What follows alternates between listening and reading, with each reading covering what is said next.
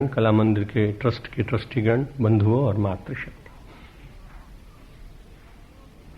हम सब लोग प्रातःकाल के प्रवचन में नारद भक्ति सूत्र के जिस सूत्र के संबंध में विचार कर रहे थे उसमें था यज् ज्ञात्वा मत्तो भवति, स्तब्धो भवति, आत्मारामो भवति। जिस भक्ति के क्षेत्र में अधिकार प्राप्त करने के बाद भक्ति की कृपा से, भगवान की कृपा से भक्त की कैसी स्थिति होती है उसका वर्णन इस सूत्र में किया गया था।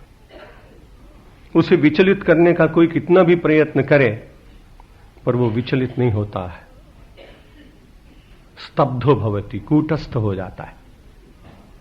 भक्ति की परिभाषा में उसे स्तब्ध कहते हैं और वेदांत की भाषा में उसे कूटस्थ कहते हैं। जो अविचल भाव से सारी परिस्थितियों के बीच में रहकर अपने जीवन की साधना में निरंतर प्रवृत्त रहने का यत्न करता है, वह उसकी स्थिति स्तब्धो भवति, आत्मारामो भवति। कामारामो भवति नहीं, आत्मारामो भवति। संसार के देहेंद्रियों को तृप्त करने वाली वस्तुओं को प्राप्त कर क्षणिक सुख का अनुभव किया जा सकता है, लेकिन उसमें निरंतर आंतरिक आनंद की अनुभूति नहीं की जा सकती। ये संसार के सभी साधकों का निश्चित रूप से अनुभव है और उस अनुभव का मुझे और आपको लाभ उठाना चाहिए।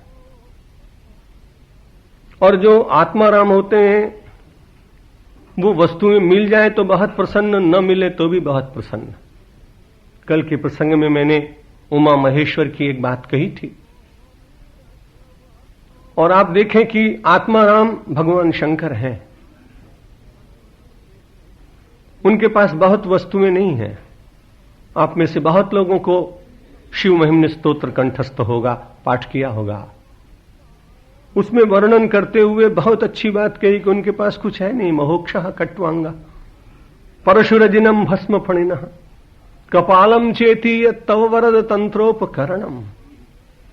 भगवान आपको जब वरदान देना होता है तो वरदान के लिए तो बहुत वस्तुएं चाहिए ना, क्योंकि लोग भिन्न भिन्न आकांक्षाएं लेकर आते हैं। कोई स्वर्ण मांगता होगा, कोई आभूषण मांगता होगा, कोई संतति मांगता होगा, कोई संपत्ति मांगता होगा, कोई पदार्थ मांगता होगा, कोई पद मांगता होगा, किसी की आकांक्षा प्रतिष्ठा की होगी। लेकिन आपके पास तो चारों तरफ ये कुछ दिखाई नहीं पड़ता है। आपके वरदान के जो उपकरण दिखाई पड़ते हैं वो तो कुछ दिखाई नहीं पड़ते। और संसार में जितने लोग दिखाई पड़ते हैं वे उपकरणों के द्वारा अपनी संसार में महिमा स्थापित करते हैं, ऐसा भी जगत में दिखाई पड़ता है। और बड़े बड़े देवता आपकी उपासना करने के बाद आपकी कृपा कटाक्ष से अपने को धन्य बनाने की मन में निरंतर कामना किया करते हैं। आपके पास वही पुराना नादिया है, वही भस्म है, वही गुफा है, वही व्याघ्र चर्म है, वही कमंडलु है, वही सारे सर्पदेव हैं। लेकिन एक बात समझ में नहीं आती है कि जब सारे देवताओं की इतनी विभूतियां हैं और आपके पास कुछ नहीं है, तब आप इतने आनंदित कैसे रह पाते हैं? भगवान शंकर जहां ज्ञान सम्राट हैं, वहीं भगवान शंकर भक्ति के भी आचार्य। इसलिए उनको ऐसा लगा कि देवर्षि नारद के सूत्र का किसी को दर्शन करना हो तो शंकर भगवान में करना चाहिए। आत्मारामो भवति।